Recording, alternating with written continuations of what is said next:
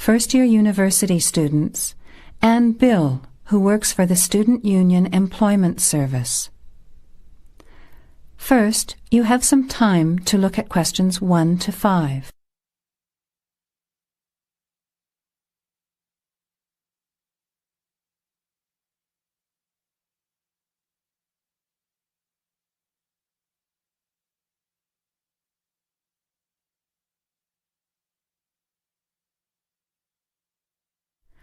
Now, let's begin. Answer the questions as you listen. You will not hear the recording a second time. Listen carefully to the conversation and answer questions 1 to 5. Hi, Bill. This is my friend Charlotte. She's doing first-year science too. Pleased to meet you, Charlotte. Annetta told me you want some part-time work. Now, I just have to complete your details on the computer. What's your surname? Johnston. With an E? Yes. Johnstone.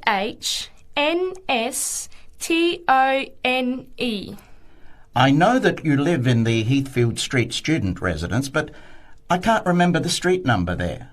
It's 126. 126. Good. And the phone number? Well, actually, I never give people that number because sometimes nobody answers or they forget to pass on the messages. So, I bought a mobile phone yesterday, but I can't remember the number. I think it's 0414 847 748. I'll just check. No, sorry, not 748. It's 749. 0414 847 749? Yes, that's right. I must try and remember it. And what sort of work are you looking for? Well, anything really, I suppose, though it depends when it is. I'd rather work during the day, if that's possible. How many hours a week were you thinking of? Oh, I'm not sure. Maybe about 10. But I need to keep at least 2 days a week free for study. Do you have any work experience? Not much, though I used to help in my uncle's shop when I was at school. OK. Well, I'll put it in, but we don't usually get shop work. What about gardening? I'd rather not. Everything I touch dies. What other kinds of work are there? Well, there's a lot of demand for house cleaning, fast food preparation and kitchen work and pizza delivery if you've held a driving licence for 12 months. I'm not sure. Can I have a look at the vacancies while you talk to Annetta? Before you hear the rest of the conversation, you have some time to look at questions 6 to 10.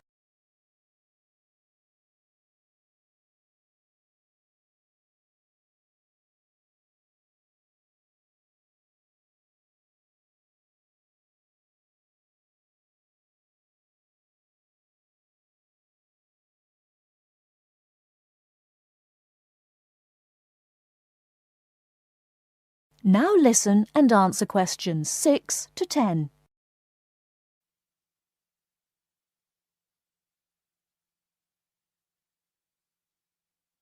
Bill, I'd like to change my job. You're at the Hamburger Express on the High Street, aren't you? What's the problem? Well, I never know what hours I'm going to work. I start at 7 p.m. and I'm supposed to finish at 11 p.m, but sometimes they keep me until 2 or 3 a.m. Yes, that is a bit late if you have to make a 9 a.m. lecture the next day. And the other thing is the pay. They're supposed to pay me on Thursdays, but they never pay me on the correct day, often not until Friday or Saturday. A few weeks ago, I had to wait until Sunday. They said their son was sick, so they couldn't get to the bank, but they're always making excuses. Yes, that doesn't sound too good. Would you be interested in pizza delivery? You need to have a driving licence. Yes, I've got a licence, but I think I'd like to change from working in the evening. Are there any day jobs available? Well, as I told Charlotte, there are several cleaning and gardening vacancies. And this childcare job that just came in this morning. Do you like children? Yes, I do, actually. What's the job? Let's have a look. Collect the boy aged 4 from kindergarten at 3 p.m. Pick up the other 2 girls who are aged 6 and 9 from the primary school at 3:15. You take them home and look after them. The parents will be home by 7. That sounds quite good. What about the pay? It's the same as you're earning now, 4 hours a day, Monday to Friday, so 20 hours a week. You need to contact Mrs. Alicia Thompson. Her phone number is 91045629 and she lives in Springfield. I've never been to Springfield. I hope I don't get lost. Don't worry. It sounds quite straightforward. Let's have a look at the street directory. The Thompsons live here in Tulip Street, number 252. So you catch the 631 bus, get off here next to the post office in Daisy Terrace. Walk past the post office to the corner, and on the opposite corner is the kindergarten. Then walk down Daffodil Place and cross over to the primary school. Then keep going down Daffodil Place to the corner and turn right into Tulip Street. That is the end of part 1. You now have half a minute to check your answers.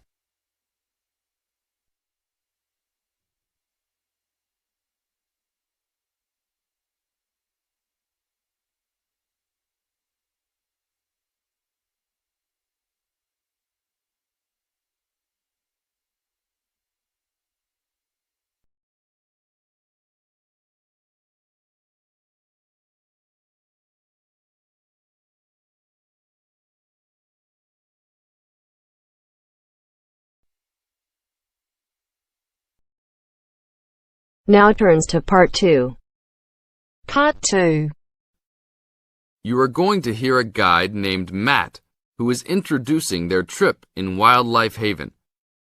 Now you have some time to look at questions 11 to 15.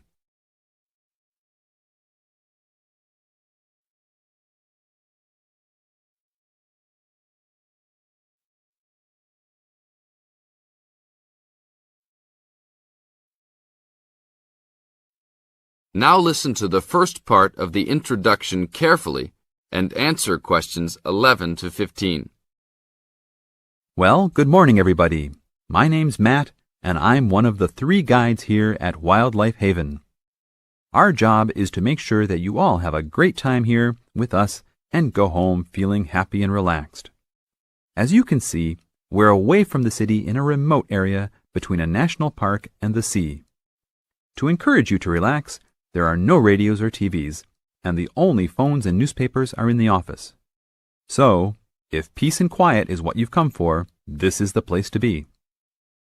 From your cabin on the hill, you'll find you have the national park behind you, and you can look out from the sea from your front balcony. Your luggage will be unloaded from the bus and taken to your rooms in a few minutes. Once you have picked up your key at reception, please locate your room and check that all your luggage has arrived. The daily program here at Wildlife Haven is flexible and only as demanding as you want it to be. You should each have a brochure setting out the facilities and various walking tracks you can take. And on the bus, you are given a green sheet setting out a number of group tours in the coming week. If you want to join any tour, just write your name and room number on the relevant sheet along the wall here. Tomorrow, there is a Beachcombers and Rock Hoppers tour exploring marine life in the rock pools along the beach. Or, if you'd prefer to go inland, there's a guided forest walk that takes you off the walking tracks. If you want to catch some lunch, you could join the beach fishing expedition. And at night, you'll see there is a moonlight forest walk that leaves each night at 7 p.m. So there is plenty to choose from at Wildlife Haven, and of course, that includes just sitting on your balcony watching the waves roll in. But I would recommend my favorite tour, the Waterfall Walk. This departs at sundown each day and also provides the opportunity to have a moonlight swim. Now you have some time to look at questions 16 to 20.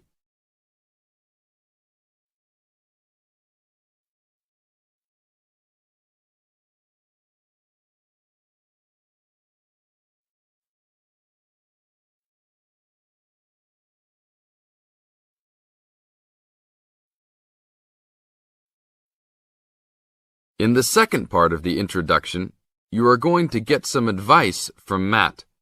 Listen carefully and answer questions 16 to 20. You've chosen to visit us in January, which is one of our hotter months. And although you may be tempted to wear a minimum of clothing, you should always take precautions against injury, particularly in the national park. This includes sensible footwear. You'd be surprised how many of our guests ignore this advice and end up being sorry. And socks are a good idea too. And even though you might be under trees a lot of the time, it's a good idea to wear a hat in this hot climate. There's no need to be too concerned about walking in the national park, provided you use common sense. It's true that there are poisonous spiders in the park, but they are really more frightened of you than you are likely to be of them. I should also warn you against eating any wild berries. Some are edible, but you should avoid them all. We'll provide all the food you can eat. Well, that's about all for now. Dinner is from 6 to 8 p.m. in this building.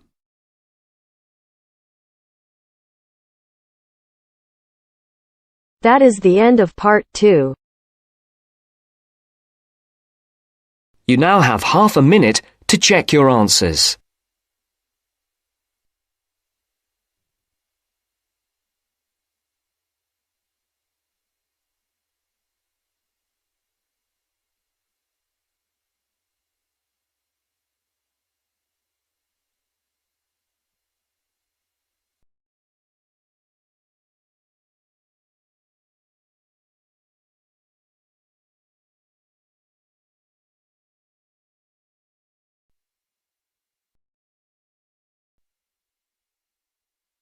Now turns to part 3. Part 3. You'll hear a tutor and a student talking about the history of the scientific method. First, you have some time to look at questions 21 to 25.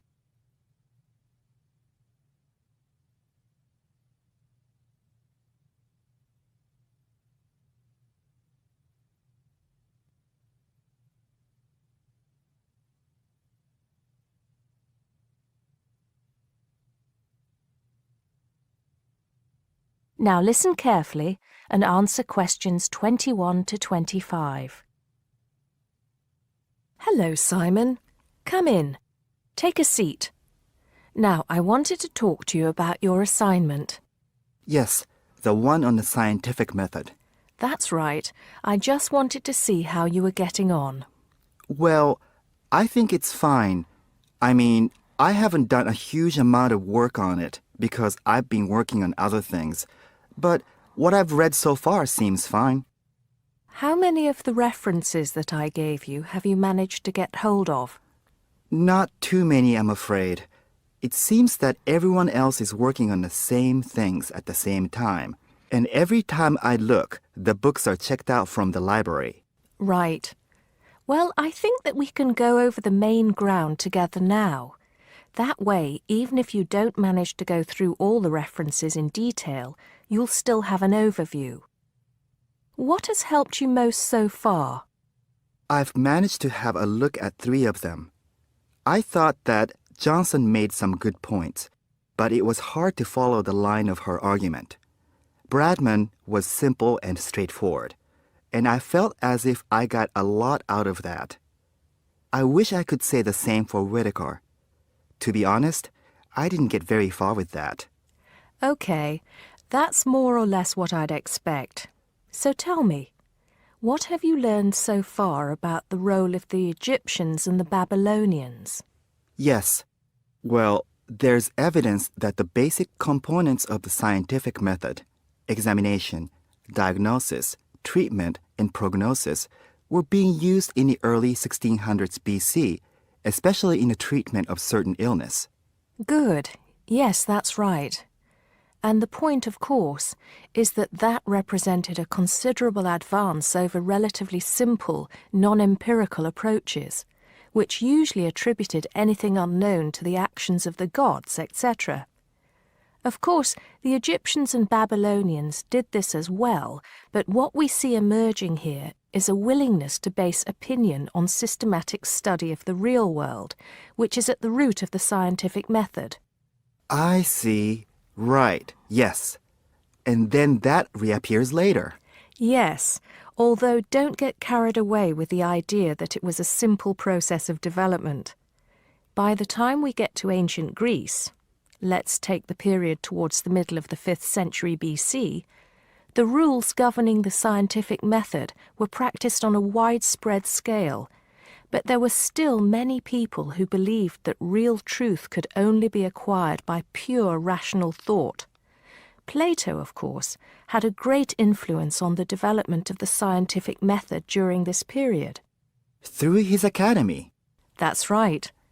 But then, as we know, a great deal of understanding of the scientific method disappeared as the old world order collapsed. It wasn't until the Middle Ages, sometime before the 11th century, that several versions of the scientific method emerged from the medieval Muslim world, all of which stressed the importance of experimentation in science. Right. I think I've got the historical timeline. Before you hear the rest of the conversation, you have some time to look at questions 26 to 30.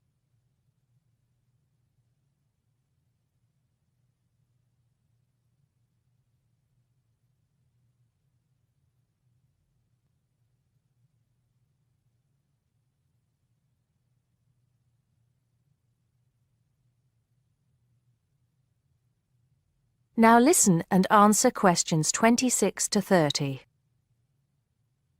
The other thing I'm struggling with slightly is actually pinning down precisely what we mean by the scientific method. I wonder if you could give me some pointers on that. Sure. Well, it's best to think of the scientific method as a series of steps in a process which allows us to find answers to questions about the world around us. So the first step is to identify the problem. What is it that you want to know or explain? And then I think the next step is designing an experiment. But you can't design an experiment unless you know what you want your experiment to tell you. Oh, yes. You need to form a hypothesis to be tested before you design the experiment. So there's a very clear relationship between hypothesis and experiment.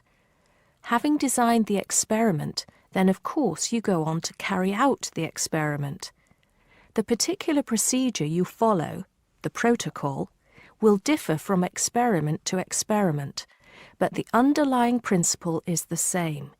You analyze the data from the experiment in order to confirm or disprove your hypothesis. Assuming the experiment is accurate. Oh yes. If there's anything unusual about the data, or if the results are at all surprising, then you need to ask yourself whether the experiment could be flawed and whether the data could be unreliable. If the answer is yes, then it may be necessary to modify the experiment and go through the process again. So once you have reliable, valid results, then the final step is to communicate them. The wider scientific community needs to know about the results, and publication in journals is the accepted way. okay, I think I've got the basics. It's going to get more complicated as we begin to look at some people who have criticized the scientific method. So you need to make sure that you understand things up to this point. Let me know if you have any further problems with it. That is the end of part 3. You now have half a minute to check your answers.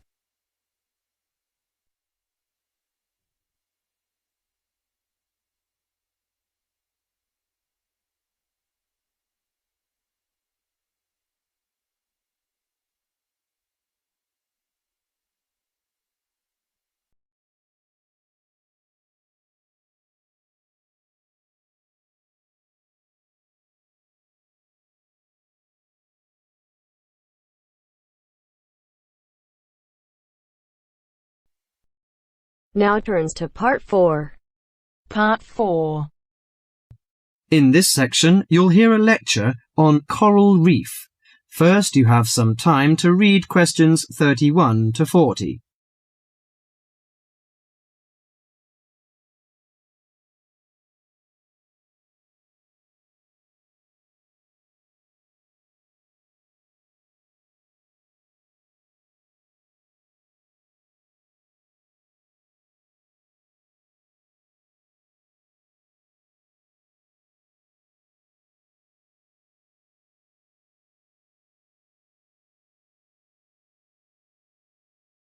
Now listen carefully to the lecture and answer questions 31 to 40. Do you fancy diving in the wonderful world of coral reefs, green sponges, colourful fish and red crabs? It is a rich garden beneath the waves. But how much do you know about the corals? Are they animals or plants? What are the threats to coral reefs? Today, Mr. Tim Harford, Executive Director of the Coral Reef Alliance, is going to introduce the facts about coral reefs. Good afternoon, everyone. Coral reefs are one of nature's most magnificent creations. It is filled with thousands of unique and valuable plants and animals. Over 1/4 of all marine species depend on healthy coral reefs. Humans also depend on coral reefs. These marine ecosystems are the primary source of food and income for millions of people, a vast repository of valuable chemical compounds and medicines, and a natural wave barrier that protect beaches and coastlines from waves and storms. Coral is actually the exoskeletons of coral polyps. Made from limestone, these skeletons build up over time, forming the reef. New corals are born each April. At a certain hour, on a certain night, mature corals suddenly release clouds of eggs and sperm into the sea. After the fertilized eggs take root on the seafloor, they can grow up to 15 centimeters per year. Coral reefs are present in the waters of over 100 countries. These are warm, 18 to 29 degrees centigrade, shallow, sunny regions primarily between the tropics of Cancer and Capricorn. Only clear, warm salt water can support a coral reef. And because sunlight is crucial to the reef's survival, the water must also be shallow. The algae that grow on coral provide much of the coral's food. In deeper water, algae cannot get the sunlight they need to grow. Most coral reefs are in the tropics because natural conditions there are perfect. In their modern form, coral reefs have thrived on Earth for over 50 million years. In recent years, however, more than 11% of the world's reefs have been lost, with another 16% severely damaged during the El Niño event in 1998. Up to 32% of coral reefs may be destroyed by human activities in the next 30 years if we do not take action now. Corals and coral reefs are extremely sensitive. Slight changes in the reef environment may have detrimental effects on the health of entire coral colonies. These changes may be due to a variety of factors. One of the greatest threats to coral reefs is human expansion or development. As human population increases, so does the harvest of resources from the sea. Due to overfishing, reef fish populations have been greatly decreased in some areas of the world. The removal of large numbers of reef fish has caused the coral reef ecosystems to become unbalanced. As we know, corals are also very popular as decorations. A large amount of the most healthy corals are selected by commercial collectors.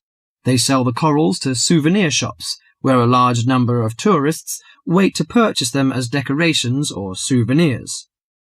Coral reefs also receive much damage from both commercial and private vessels. The leakage of fuels into the water and the occurrence of spills by large tankers are extremely damaging to local corals.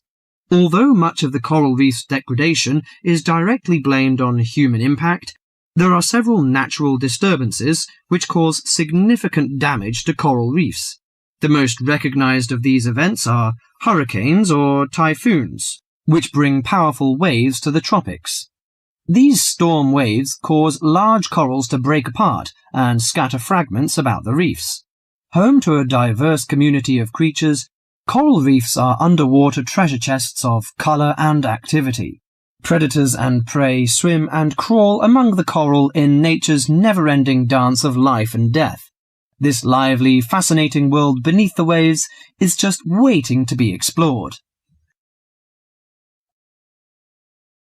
That is the end of part 4.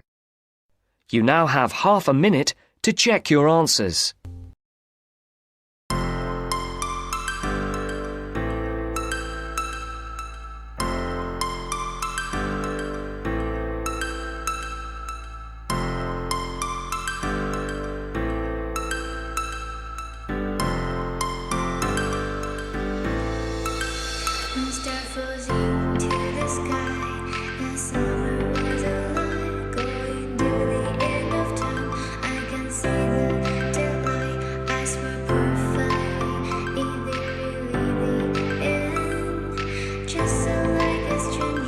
So far away from me, you said you were